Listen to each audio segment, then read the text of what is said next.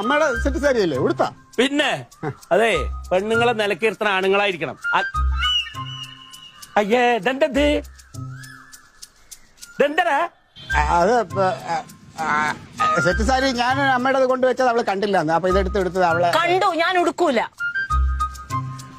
അതെ, ഞാൻ ഉടുത്തേനെ. പക്ഷെ ഇത് കണ്ടോ, ഞാൻ ആഗ്രഹിച്ച ഞാൻ പറഞ്ഞതാ അന്നേരം. എനിക്ക് പച്ചയും ചുവപ്പും ബ്ലൗസ് ഉണ്ട്, ഞാൻ അത് എടുത്തോട്ടെ അമ്മായി എന്ന് വെച്ചിട്ട് അമ്മായി അത് തന്നെ എടുത്തു കൊടുത്തില്ലേ. ഇനി എനിക്കത് വേണ്ട. ഇനി ഞാൻ സെറ്റ് സാരി കൈകൊണ്ട് തൊടൂല. ഞാൻ ഇങ്ങനെ നടക്കും. എവിടെയെങ്കിലും കല്യാണത്തിന് പോകേണ്ടി വന്നാ ഇത് തന്നെ എടുത്ത് ഞാൻ കല്യാണത്തിന് പോകും.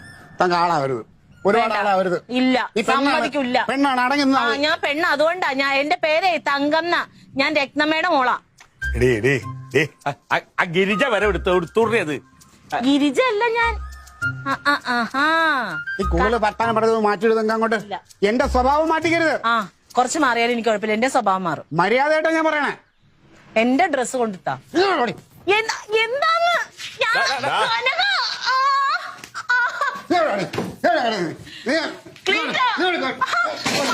അല്ല, പെണ്ണുങ്ങൾക്ക് ഇത്ര വാശി പാടില്ല. പെണ്ണുങ്ങൾക്ക് നല്ല ആർക്കും ആ ഭാഷ അധികം പാടില്ല.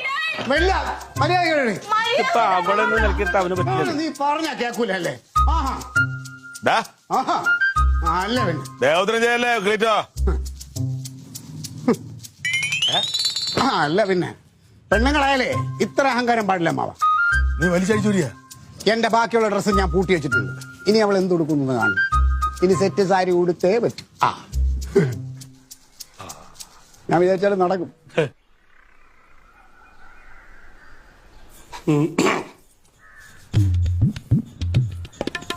അയ്യോ ആ ഫോണിന് എടുത്താ.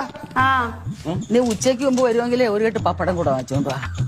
ഞാന് നേരെ കൃഷി ഓഫീസിൽ പോയി ഒരു 11 മണിയാകുമ്പോഴേക്കും തോട്ടത്തിൽ പോയിട്ട് വരും. 11 മണിക്ക് ഞാൻ പഠിച്ചിട്ട് വരാം. ഇത് എത്ര ഭാരമുള്ള സാധനമാണ്, എടുത്തോണ്ടിറങ്ങിക്കൂടെ? അതെ, പോകുന്നതിന് മുമ്പ് എന്റെ ഡ്രസ് ഇരിക്കുന്ന അലമാര എന്ന് പറഞ്ഞതാ. എന്തിന് ഏട്ടാ ഇത് ഉടുത്തും കൊണ്ട് ഇങ്ങനെ നിക്കുന്ന എന്ത് വൃത്തികേടാ. അടുക്കളയിലൊക്കെ നിൽക്കാൻ ബുദ്ധിമുട്ടാ ചേട്ടാ. ഒരുപാടെണ്ണല്ലേ, മാറി മാറി എടുത്തോ. ചേട്ടൻ പറഞ്ഞിട്ട് ഞാനത് ഉടുത്തല്ലേ ചേച്ചി, ഒന്ന് പറ ചേച്ചി. അതല്ലാതെ നല്ല ബഹളം ഇവിടെ കിടന്ന്. നന്നായിട്ട് നന്നായി.